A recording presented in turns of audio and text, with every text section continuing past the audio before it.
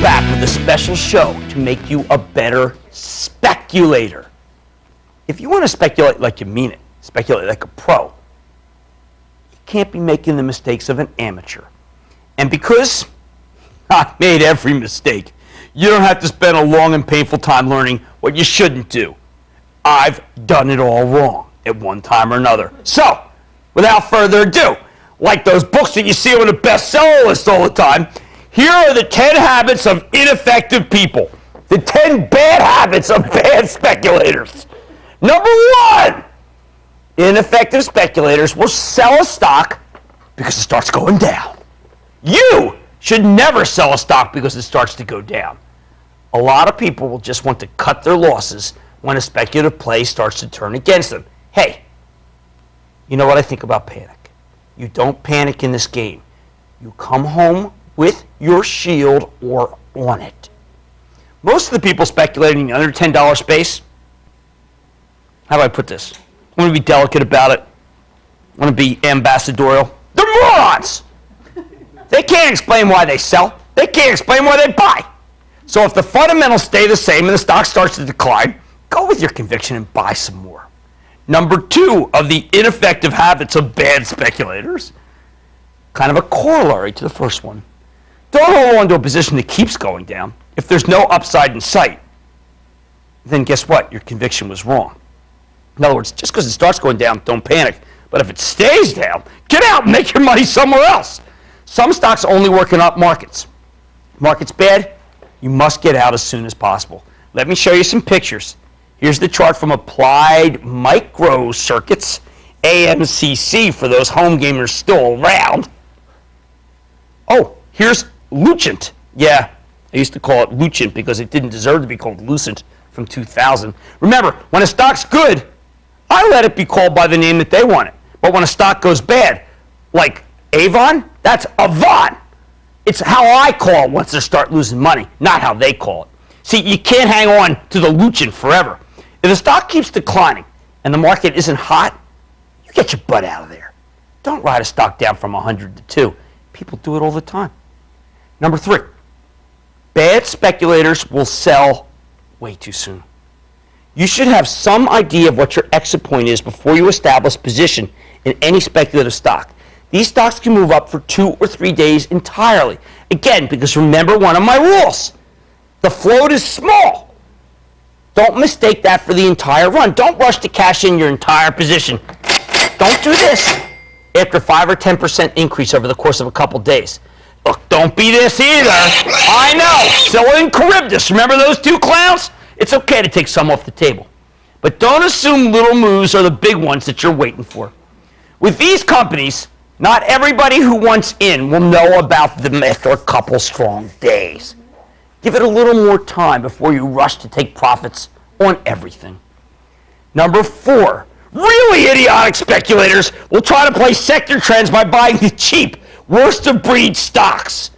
If HCA is going up, you know what they do?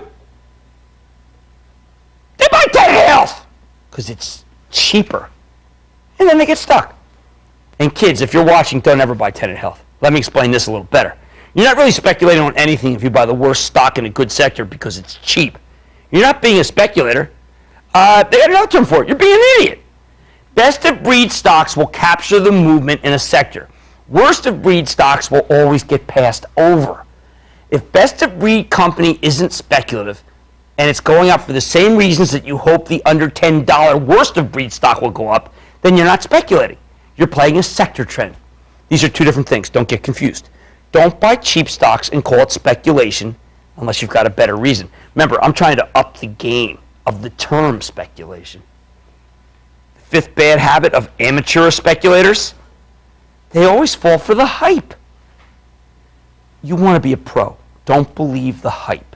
A lot of companies that trade under $10 hire cheap PR firms to promote their stocks. We used to say that there was a release, literally, a release ratio. Some companies were able to produce so many releases that it's like, oh my God, it's the 4th one of the day.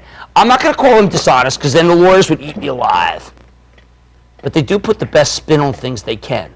Almost all of these companies will play the spin game. That's fine, as long as they don't take you for a ride. You can even game this out. Check out the promoters and see how other companies they've worked for have performed. This isn't an outstanding indicator, but it's worth looking up to check the veracity of what these companies tell you.